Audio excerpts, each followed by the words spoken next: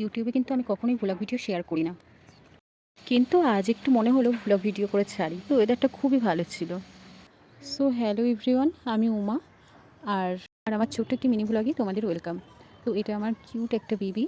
ও এখনও ঘুম থেকে ওঠেনি আজ। অ্যাকচুয়ালি আমিও কোনো দিন এত তাড়াতাড়ি ঘুম থেকে উঠি না। কাল থেকে তো ওর এক্সাম শুরু হয়েছে, যার জন্য আমাকে সকাল সকাল উঠতে হচ্ছে কয়েকটা দিন। ভাবলাম উঠেই যখন পড়েছি একটু সকালের জলখাবারটাও তাড়াতাড়ি বানিয়ে ফেলি আজ। তো এখানে আমি আটা মাখছি, আর ওইদিকে আমি তরকারি তো বসিয়ে দিয়েছি অনেকক্ষণ আগেই।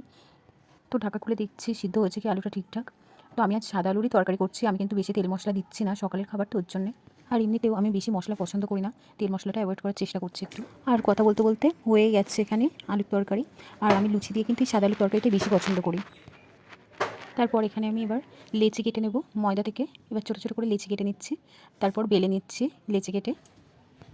প্রত্যেকটা লুচি আমার বেলা হয়ে গেছে। তো চলো এখন আমরা লুচিগুলোকে ভেজে নিই। কড়াইতে তেল দিয়ে দিয়েছি, তো তেলটা একটু গরম হতেই আমি লুচিগুলো ছাড়ছি।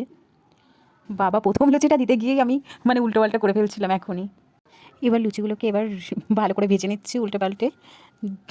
না না, ফুলেছিল। প্রথমটাতে তাই এরকম হয়েছে, পরেরগুলো সবগুলোই ফুলেছে।